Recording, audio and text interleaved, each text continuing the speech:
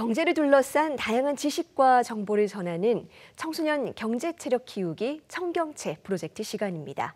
오늘은 이 경제를 한눈에 파악할 수 있는 핵심 지표들에 대해서 알아볼 텐데요.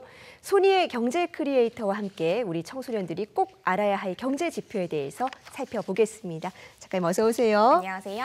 네, 우선 가장 흔하게 접하는 지표로 GDP를 들 수가 있습니다. 가장 많이 언급되는 만큼 그만큼 중요하다고 볼 수 있을 것 같은데 이게 정확히 어떤 뜻이죠? 네, GDP는 우리 그로스 도메스틱 프로덕트, 그러니까 우리말로는 국내 총생산이라고 칭합니다. 우리나라를 하나의 빵집이라고 비유를 할 수 있는데요. 이 대한민국이라는 빵집의 연간 총 매출액이 GDP라고 보시면 되겠습니다. 1년 동안 이 빵집에서 생산된 모든 빵, 케이크, 음료수의 가치를 시장 가격으로 환산해서 합친 거라고 보시면 되고요. 자, 여기서 중요한 건 바로 나라 안에서라는 부분입니다. 빵집 주인이 한국인이든 외국인이든 상관없이 오직 대한민국이라는 빵집 안에서 만들어지고 팔린 것만 GDP에 계산해서 넣는다는 거죠. 예를 들어서 우리나라 기업인 삼성이 미국에서 만든 것은 미국 빵집의 매출, 그러니까 미국 GDP에 포함이 된다라고 보시면 되겠습니다. 네, 그런데 이 GDP를 언급할 때 명목 GDP, 실질 GDP 구분하는 경우도 있더라고요. 어떻게 다른 걸까요? 네, 이 부분은 우리가 물가 상승이라는 착시 효과를 좀 제거하기 위해서 사용을 하는 건데요. 빵집 비율을 계속 가져가겠습니다.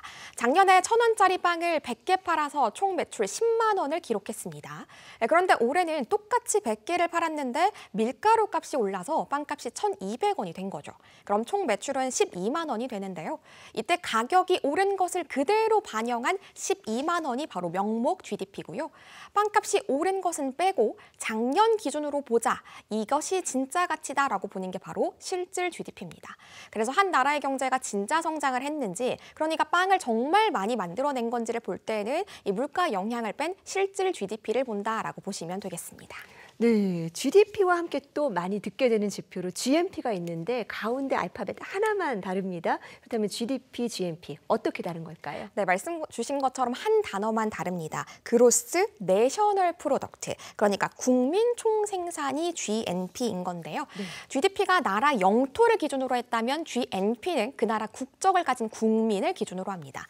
예를 들어서 손흥민 선수가 영국 토트넘 구단에서 받는 연봉은 영국에서 받는 이 영국 GDP에 잡히지만 대한민국 국민이기 때문에 우리나라의 GNP에는 포함이 됩니다. 과거에는 우리 기업의 해외 진출이 적었기 때문에 GNP를 많이 썼지만 지금처럼 글로벌 시대에는 한 나라의 실제 경제 규모와 일자리가 어디에서 생기는지를 더 잘 보여주는 GDP를 표준으로 삼는다라고 보시면 되겠습니다. 네, 그런데 이 GDP는 국가 단위로 측정이 되는데 국민 1인당 GDP 이런 개념도 있더라고요. 이 지표는 이 나라의 생활 수준을 얼마나 잘 보여주는 건가요? 네, 정말 중요한 지표라고 볼 수 있는 거고요. 1인당 GDP는 나라 전체의 GDP를 인구 수로 나눈 것입니다. 네. 국민 한 사람당 평균적으로 얼마나 생산하고 버는지를 보여주는 거죠. 그래서 국가 간의 평균적인 생활 수준을 비교할 때 아주 유용합니다. 한국의 1인당 GDP가 일본을 추월했다, 이런 식으로 쓰이는 건데요. 다만 이 부분에는 평균의 함정이 있습니다.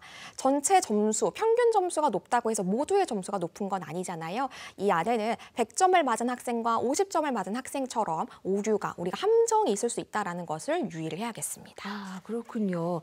그렇다면 국내 총생산, 그러니까 GDP가 커지면 어쨌든 그만큼 경제도 성장을 했다는 의미인데 그만큼 이 국민들의 삶에 긍정적인 영향을 주고 있다, 이렇게 해석할 수 있는 건가요? 반드시 그렇게 보기에는 좀 어렵습니다. 네. 방금 말씀드린 평균의 함정처럼 GDP는 경제의 규모를 보여줄 뿐 국민 개개인의 삶의 질이나 행복을 전부 보여주기는 못합니다. 예를 들어서 환경오염을 유발하는 공장을 많이 만들어도 GDP는 올라가고요. 국민들의 소득 격차가 늘어난다고 해도 GDP 역시 이 부분을 반영하지 못합니다. 실제로 한국은 세계 GDP 순위에서 12위에 해당하는데 UN 세계 행복지수에서는 57위에 머물러 있습니다. 이 GDP는 경제를 이해하는 데에는 정말 중요한 출발점이지만 이것이 우리의 삶을 전부 보여줄 수는 없다라는 것을 기억을 해야겠습니다. 네, 그렇군요. 지금까지는 전통적인 지표들 한번 훑어봤는데 또 비교적 최근에 나온 지표로는 구매력 평가 PPP, 빅맥 지수 뭐 이런 것들도 있더라고요. 이런 지표는 왜 생긴 걸까요? 네, 나라마다 물가가 다르고 또 환율 부분에서 함정이 생길 수 있기 때문에 이것을 보완하기 위해서 만들어진 지표입니다. 예를 들어서 우리나라의 1인당 GDP가 35,000달러고 베트남이 4,000달러라고 했을 때 우리가 베트남보다 8배에서 9배 정도 잘 산다라고 얘기하기는 어렵습니다. 왜 그러냐면 베트남은 쌀국수 한 그릇에 2,000원 정도면 가능하지만 우리는 10,000원을 넘게 주고 사 먹어야 되기 때문입니다. 이처럼 각 나라의 실제 구매력을 반영해서 생활 수준을 비교하기 위해서 만든 것이 PPP, 1인당 GDP라고 보시면 되고요. 또 빅맥 지수는 조금 더 재밌습니다. 전 세계 어디에서나 파는 맥도날드의 빅맥, 햄버거 가격을 기준으로 각 나라 통화의 실제 가치를 비교하는 건데요. 이런 지표를 함께 보면 단순히 환율로 계산한 GDP보다 훨씬 현실적인 비교가 가능해집니다. 네, 이 설명을 들을수록 어떤 이 경제 지표를 제대로 이해를 하려면 그 나라의 물가 수준을 또 주목해야겠다는 생각이 드는데요. 물가 상승률, 다시 말해서 인플레이션은 또 어떻게 측정할 수 있는 걸까요? 네, 이것은 통계청에서 매달 발표를 하는 소비자 물가 지수를 기준으로 합니다. 네. 거대한 쇼핑 카트가 하나 있다라고 가정을 한번 해보도록 하겠습니다. 이 통계청은 그 카트에 우리 가족이 한 달 동안 쓰는 대표적인 물건과 서비스를 담는데요. 예를 들어서 쌀, 라면, 영화표, PC방의 이용료, 떡볶이 등이 해당이 되겠죠.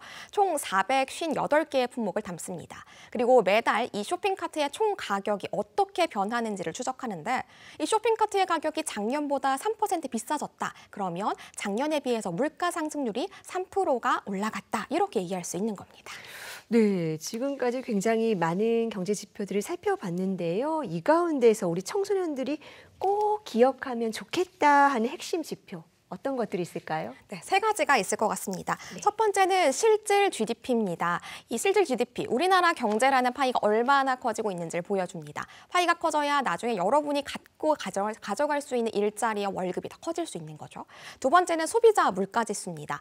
네, 이건 내 용돈의 구매력, 그러니까 떡볶이 가격이 얼마나 올랐나, 내려갔나 이걸 보여주는 지표입니다. 또 마지막으로 원달러 환율도 중요합니다. 환율이 올라가면 해외 직구 상품 비싸지고 또 해외 여행이나 유학 비용도 더 많이 들어가기 때문에 우리 지갑에 직접적인 영향을 주죠. 이 3가지의 지표만 꾸준히 따라가더라도 세상이, 경제가 어떻게 돌아가는지 확실히 이해하시기에 훨씬 용이할 겁니다. 네, 이 GDP, 물가, 환율 같은 지표는 바로 이 내 지갑과도 직결되는 수치입니다. 이런 지표들을 제대로 이해할 수 있다면 세상을 보고 또 미래를 준비하는 힘도 생긴다는 지적 잘 기억하겠습니다.